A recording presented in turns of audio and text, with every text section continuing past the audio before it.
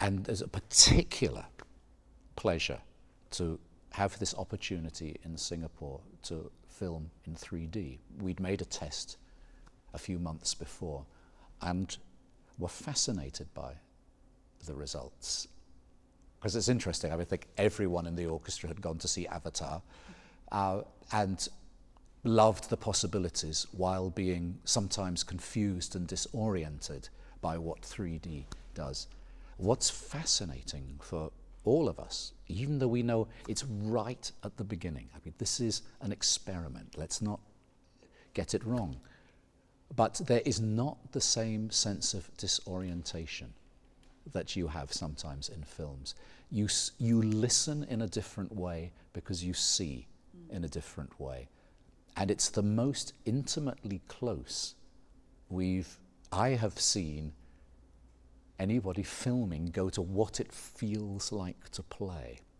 And why, none of us know.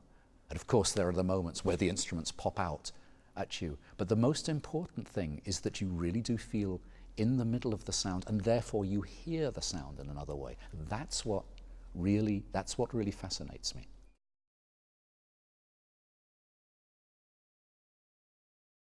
I don't think anything is a substitute for being live, but I think it's a wonderful new direction, and people seem to be hungry to see operas in cinemas, and I think this will be another way in which they get simply closer to what we do.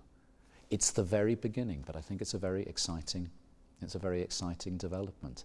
And it was kind of ironic we should be in Singapore, which is a city which has kind of so recently developed and changed. It's basically invented itself. Yeah. It was pure chance that that there was the time there and the opportunity to do it. But there's a nice kind of irony that it was in that city.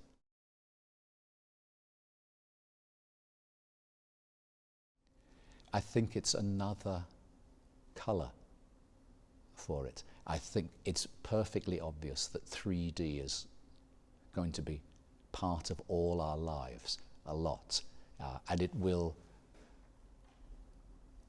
even a film like Avatar will, I suppose, in 20 years seem crude, astonishing as though it seems now, but it will be something which is trailblazing.